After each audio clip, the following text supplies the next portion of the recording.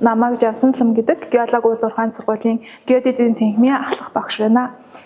За манай Tremble-ийн сургалт судалгааны лаборатори маань анх 2012 онд байгуулагдсан. За Tremble компани маань өөрөө Америк нэгдсэн улсад 1978 онд үүсгэн байгуулагдсан.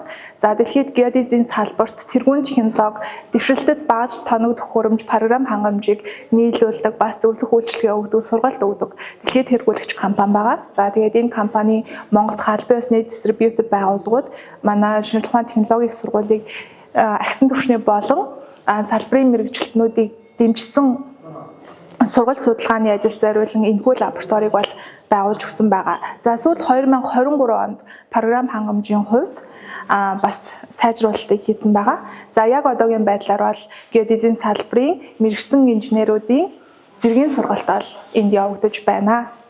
Тэгээд цаашид бид нар сургалт судалгааныхаа ажлыг үргэлжлүүлэх үүднээс стартап гарааны бизнесийг бас энэ сургалт судалгааныхаа лабораторитой холбох энэ үйл ажиллагааг бид нар одоо хэрэгжүүлээд явж байна.